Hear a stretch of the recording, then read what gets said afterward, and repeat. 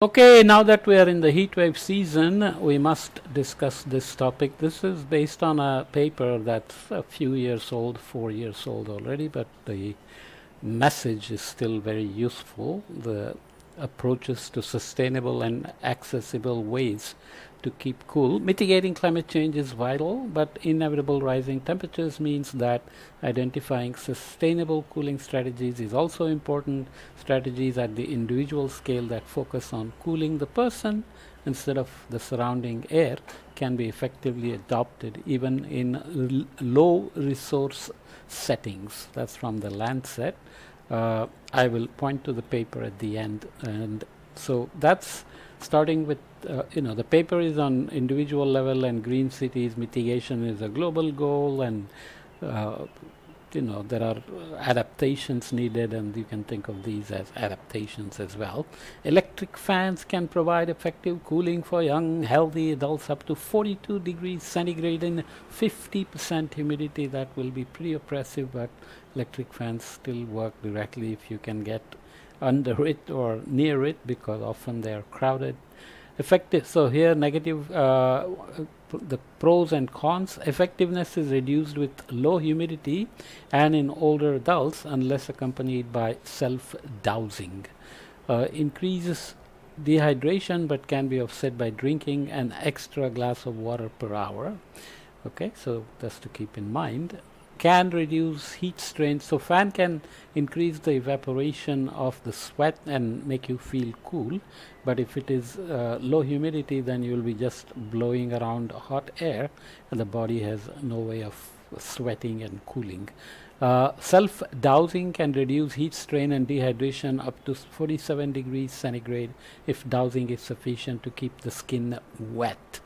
Can be used during power outages as well, and it has low compatibility though with high clothing coverage. So if you are covered, this can matter because traditional women in India will not be, they will be wearing long saris and other clothing that will reduce the exposed area to douse.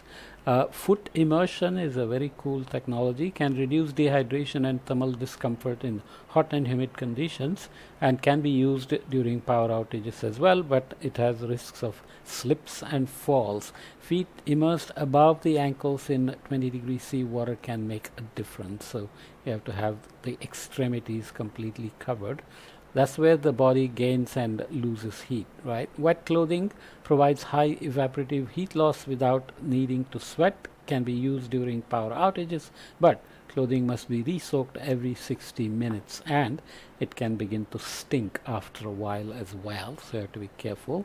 Now looking at specifically electric fans that can be used below these temperatures irrespective of humidity. 39 degrees C, healthy young adults aged 18 to 40.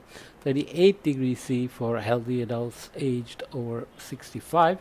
If you hit 39, they will need other things like dousing. 37 degrees C over 65, taking anticholinergic medication. So you can look up basically pre-existing conditions can have trouble cooling the body. Let's look exactly what anticholinergic is. I should have looked it up, shouldn't I? Anticholinergic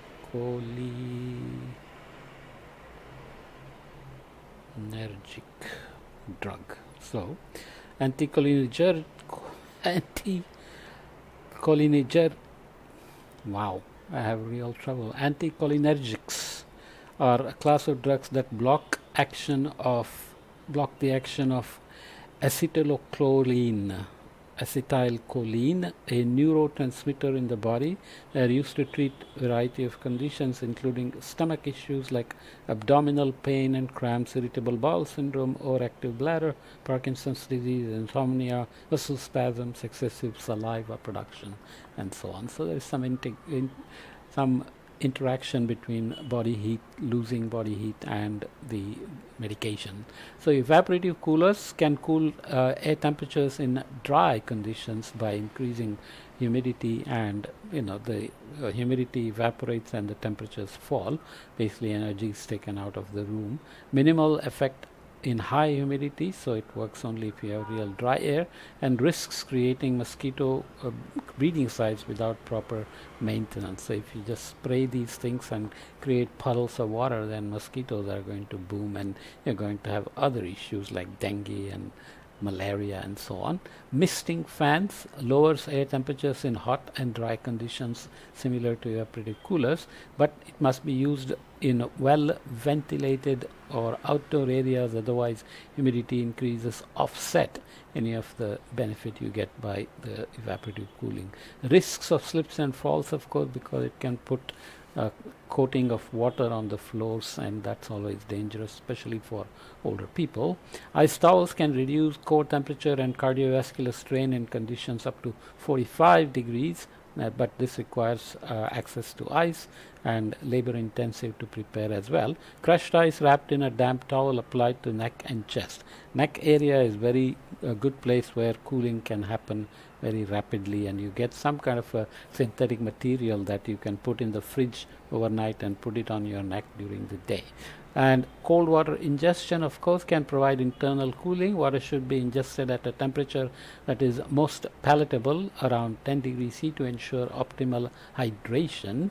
And negatively speaking, if person has already started sweating, it's not effective at lowering core temperatures. So body is already feeling like it has to sweat to get rid of the heat. So internal heat is already doing its thing. And sustainable cooling strategies to protect health in heat vulnerable settings. So beyond individuals, heat extremes and hot weather are harming health, while mitigating climate change is vital.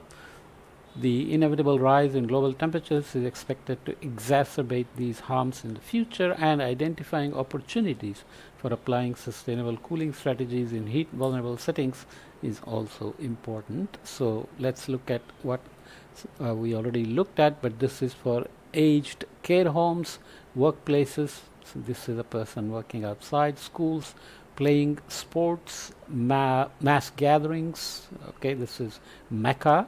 And refugee camps and slums. You remember a couple of years ago there was a massive heat wave and lots of people died, and slums, of course, they don't have facilities to various things like air conditioning often, maybe even safe drinking water sometimes. So you can see this is one to be used up to 38 degrees C. Two, you see somewhere here, twos if sanitation allows, so these will be mostly in the slums, and 3 at temperatures that is most palatable, so around 10 degrees centigrade, where that is on the next page. Okay, so we are on 2 pages here, so I'm not going to bother too much with it, but just remember, without compromising any required protective equipment, is 4, which is here. Okay, so electric fans, self-dowsing, foot immersion, drinking cold water, optimizing clothing, evaporative coolers, ice towels, and wet clothing. These are individual level strategies for all these settings that we talked about already. And building level or urban level strategies include adequate natural ventilation, improved construction materials, outdoor misting fans, rooftop sprinkles, and shaded areas. Here, continuing the scale, 5 is for heat reflective window glass here. 6, playing surfaces that minimize heat retention and emitted body retention here.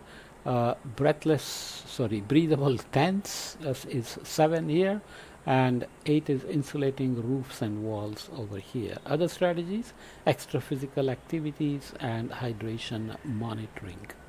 Okay, so you can read the full paper here by J et al. Reducing the health effects of hot weather and heat extremes from from personal cooling strategies to green cities. Okay, so obviously I'm being very brief, but hopefully that can be easily translated to young and old, and parents can help the kids with it, and you can take care of your parents with it, and or help villagers and so on and so forth. Okay, it's useful. We're in the heat wave season. I just wanted to put it out. Okay, see you in the next topic.